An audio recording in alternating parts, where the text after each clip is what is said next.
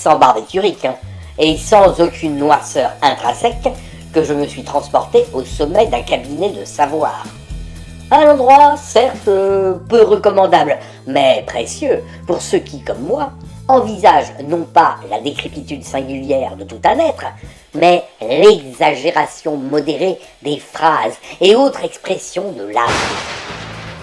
Bien entendu, un tel déplacement, physiquement ennuyeux, demande, outre de l'abnégation, un culot généralement réservé aux individus de haute constitution, c'est-à-dire les autres.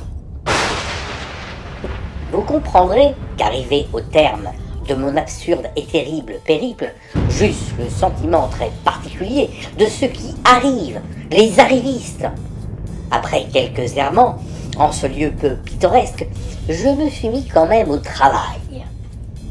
En plusieurs morceaux d'éternité, j'ai assimilé non seulement l'équivalent de plusieurs encyclopédies, mais plus encore, à un moment obscène, une orgie fructueuse et débordante du tout et du rien, de l'infiniment petit à l'infiniment grand. Ah, immense, sublime! Je conviens que, de retour en mon repère, un modeste terrier, ma tête bourdonnant de toutes ces choses et refusant une simplification, sinon une résumation de cette masse lourde d'érudition, il me fallut faire appel en toute urgence à des secours. Des spécialistes en sciences cognitives, en psychiatrie, en neurologie et autres spécialités du dedans. La conclusion fut sans appel, monstrueuse, indicible, inaudible.